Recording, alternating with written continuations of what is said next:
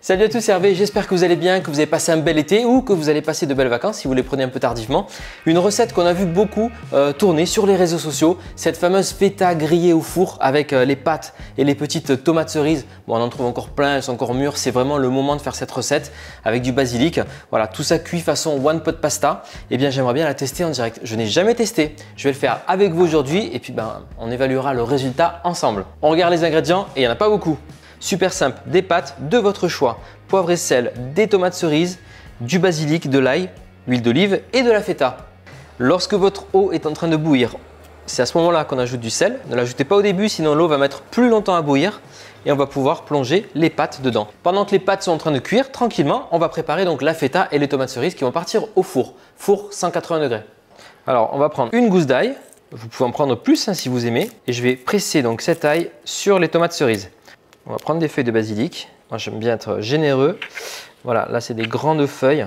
Je vais les émincer. Vous ajoutez le basilic aux tomates cerises. On va mettre un petit peu de fleur de sel. Voilà, vous mettez bien du poivre moulu. Rien de tel que le poivre en grains fraîchement moulu. Et un bon filet d'huile d'olive. Ah, bien généreux là. Allez, vous mélangez l'ensemble. Voilà, super. Alors, on va se prendre un petit plat qui va au four. Je mets mon morceau de feta au centre et je vais venir mettre les tomates tout autour. Voilà, l'ail et le basilic, nickel. Et vous remettez un filet d'huile d'olive sur la feta. Ici, en Provence, l'huile d'olive, on ne compte pas. Je vais mettre ma préparation au four. La feta va cuire, va fondre, les tomates cerises vont confire. Allez, c'est parti. Ok, alors pour la cuisson des pâtes, le plus simple, c'est toujours de suivre le nombre de minutes indiqué sur le paquet, évidemment. Après, si vous ne l'avez pas fait, vous pouvez aussi vérifier en prenant une pâte et en la coupant. Et bien là, elle est cuite parce qu'il n'y a pas de cercle blanc. Si vous voyez un petit cercle blanc à l'intérieur, ça veut dire qu'il y a un morceau de pâte qui n'est pas cuite. Et donc, il faut prolonger un tout petit peu la cuisson. Voilà. Al dente, comme je les aime. Voilà, j'ai égoutter les pâtes. Vous mettez de l'huile une fois que les pâtes sont cuites et égouttées.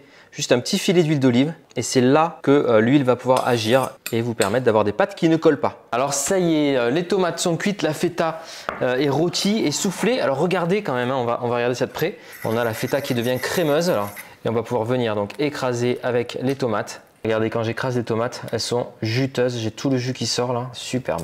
Waouh, c'est même dangereux cette affaire. Alors attention à vous, je vais laisser quelques tomates cerises entières et ajouter donc les pâtes. Et vous allez simplement mélanger les pâtes avec cette sauce crémeuse à la feta et aux petites tomates cerises, basilic et ail. Moi, ce que je vous conseille quand même, c'est donc de remettre quelques feuilles de basilic frais. Donc là, je vais prendre des petites feuilles de basilic. On va remettre un tour de poivre. C'est super bon. Eh bien, mon avis est vraiment positif sur cette recette. Vous pouvez y aller les yeux fermés. C'est super bon, très crémeux, onctueux. Facile à faire, vous avez vu 5-6 ingrédients. Franchement, un bon plat de pâtes comme on les aime. Je compte sur vous pour me dire en commentaire si vous comptez vous lancer dans la recette ou si vous l'avez déjà fait dans le passé. Je vous souhaite un très bon appétit, buon appetito comme on dit et à bientôt sur Hervé Cuisine. Ciao!